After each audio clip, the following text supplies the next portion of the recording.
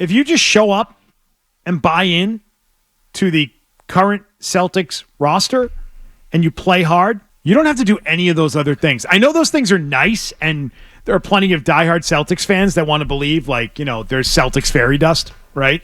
Oh, that's the cult thing he's talking about. I do agree with him on that. Right, they believe that, Yeah.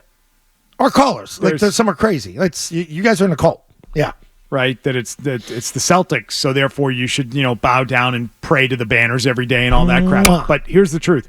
You don't have to as long as you show up and do your job. Didn't he do that? If you just show up and do your job and you play hard and you are a good teammate, you really don't have to worry about, are you connecting with the previous generation of champions, or you're connecting with the community. And those things are nice, and we like when players do that in any sport. But the truth is, you just quit and left. That's why they don't like you. You just quit. You quit on the team. You weren't a good teammate, and then you bailed, and you went against something you had stated publicly. It's really not that complicated. Not. And then you came back and you tried to make it worse. You tried to antagonize that fan base and cult, as you call it. And instead of, as he said, should have shown more respect to the Celtics when he was here, he openly tried to disrespect the Celtics after playing here with the stomping on Lucky incident. He knows exactly what he's doing. What is he talking about? He played hard at the beginning. People forget how good it was those first 2 or 3 months when he was balling. People are talking MVP. Yeah. I remember sitting here, MVP. He's playing like an MVP. And it was great. And he had that meeting with the ticket holders, and he's going out to eat at Chipotle with Danny all the time. Like, there was things that made it very copacetic at the beginning here. He was enjoying it. And then the longer it got, and I think the knee started to bug him. And you start taking painkillers and that too. Stuff does get in your head. Like when I took naproxen because of my elbow, it messes with your head, man. It does. You lose confidence. You start thinking people are trying to get rid of you. Like that weird stuff settles in. And it was a combination of everything for him, and he wasn't right. He wasn't physically right. And he's the type of guy that is an individualistic player that feels like he can jump and bounce at any time he wants to, because that's what all his friends do. And that's how they form teams. And he went to Brooklyn. Now he's in Dallas. Brooklyn was, I thought, home for him. He was going home. Yeah. Things were going to be great. They were going to win 3 titles there. That team was loaded. And you swept their ass. Like, he's the reason that some of those teams are in such the problems that they were in. But to come on and say, well, Boston wasn't my first choice. They weren't even on my list of options, but they were the team that could pull off the trade, so I went there.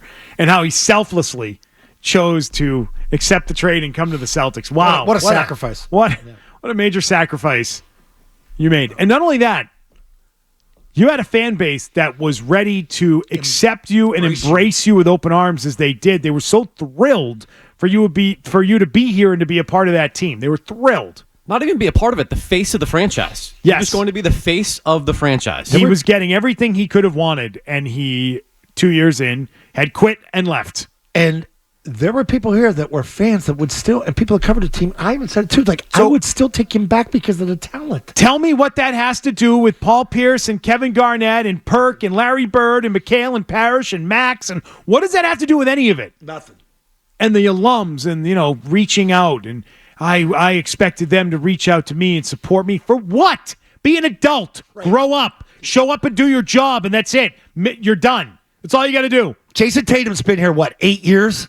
Year 8? He just met Larry Bird at the All-Star game a year ago. How's he been able to do it? Yeah. How did he do that without Larry Bird or McHale reaching out to him? How's he been able to win all these playoff games over the last several years without... It's great for the Larry Bird offseason. on speed dial. It's great for your How's golf he done tournament. It, guys? It's great for your golf tournament. It's great when you give out awards and you bring everybody back in the same building. It's cool to see those guys at the All-Star game, but it does nothing in season 4. Nothing. I don't care if Jason Tatum and Jaylen Brown are talking to Celtics alums now. Doesn't matter. You think Patriots are going to be... What matters is, are they good teammates? Do they work hard, play hard? Do they go out ready to win every night? That's all we care about. I don't care about the other stuff. And I don't think anybody cared about that with Kyrie Irving. No. Are you engaged, and are you trying to actually accomplish the mission? In that second season, he wasn't. He checked out. I'll tell you what, if we all think this way, Patriots are going to come out humming because of Tom Brady night last week. That current team, man, they're like, oh, my God, he's back. Embraced us. Yeah. Oh, no. Once you see that team, you'll be reminded Tom Brady is definitely not back. It definitely didn't rub off. I kept thinking that all night, too. All those guys, those great players that went up on stage. Yeah. We don't have that. No, you don't. Not close. Nope. No. You're hoping Drake May turns into that someday you're talking about another great New England quarterback. It was good. It was good to see Elliott Wolf and Gerard Mayo up front and tight right there, though, because they get to look at that and try and replicate that.